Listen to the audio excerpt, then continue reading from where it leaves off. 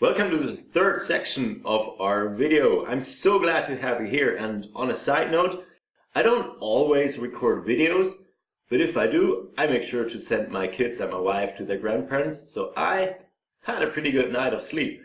But I guess that's not why you're here, so let's start. When you're in a project, it's often difficult to decide what parts to focus on and not jump straight to the solution. In this third step of the double diamond, we're looking at how to discover the important parts and what methods you can use. First, we have to decide what problems are worth solving. This happens in the first diamond to the left.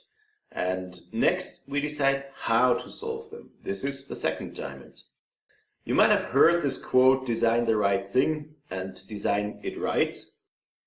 The third phase that we're currently looking at is all about generating those possible solutions for designing the thing right. Right now, quantity is more important than quality. Our idea is to generate as much ideas as possible and find the gold nuggets inside all of those ideas. So if you're working with stakeholders, make sure you have this yes and mentality. It's about, yes, that idea is great, and we can go for even further with it. It's not about, but this won't work because of technical restrictions or whatever. So make sure you have this yes and mentality whenever you work with stakeholders. Speaking of stakeholders, this here is a great place to include stakeholders from every department around your company. Decision makers up to the C-level, if that is possible, product owners, developers, your users, of course, you name it. Now, including stakeholders is important. Doing things right is important, doing the right thing is equally important, and don't forget about speed. Speed is important too, especially in an agile environment. You have like these three aspects: what we're doing, how we're doing it, and how fast we're able to do that. Because if we spend too much time on perfecting our product, well, we will be too late. The market will already have taken off. And if we don't take the time to do it right and just want to have it fast, we'll end up with a product nobody really likes. So balancing these three aspects is really important. Another aspect of being a UX designer is valuing outcome over output. Let me explain this. On this side over here, you've got the product team, product owner, the developers, and yourself as a UX designer. Over here on this side to the right, we have our customers. What we are trying to achieve are happy customers, right? That's the outcome. We want happy customers. Well, maybe not all of them are happy, but most of them should be happy with our product, right? So that's the outcome that we're looking for. From our dev team to our customers, there's a constant stream. Every time you release something, you produce an output. So you've got an output here, and then 2 weeks later, you've got your next output, and then 2 weeks later again, you'll ship the next one. You see where this is going. As a product owner, your responsibility is to achieve as much outcome with the least possible amount of output. Meaning you want to have the biggest impact on your customers without spending a ton of money. And your job as a UX designer is to help your product owner with this.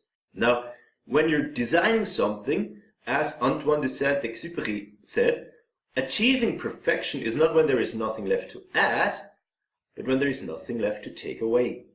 You know how they say chili sauce burns 3 times? Once when you eat it, in your stomach, and you get it. Well, believe it or not, this is the same with every feature. You might have heard about the term total cost of ownership. This means every time you build something into your product, you have a lifespan that you have to support. So it will cost you 3 times. The utility is to building it, when you're maintaining it, and every single time for the next 10 years when you want to evolve your product and there's this old code that you have to support because somebody in some department is depending on it. So think about that. Every time you're designing something, you will have to support that for the next 10 years. So always try to solve a problem by removing things first. This is easy said, but once you're in your daily work, crafting away beautiful interfaces, it's hard to think about that because often you get approached by your product owner with a specific task or idea they already thought about. It's like, just implement this in a UX way. And it's so easy to then just jump in and say, okay, I'll design this for you without thinking if it's actually necessary. Or sometimes, if you're lucky, you can even solve the underlying problem by removing something from your software. That is perfect. Another aspect to look out for when you're planning your UX approach is how you focus your time on the important parts. You can do this by drawing a chart like this. The first axis is the cost of building something. The second axis is the delight it brings to the user. For every feature, you discern where on this scale it fits. Everything placed over here are quick wins. Everything on the other side are features you should probably look into. And down here, well, let's put it this way. Nobody really wants to live in the basement, right? So thinking of our digital assistant. Now, what are the most important parts for a digital assistant app? Is it the ordering process? Or maybe the home screen with the onboarding? Or the social features? Or the WHAM!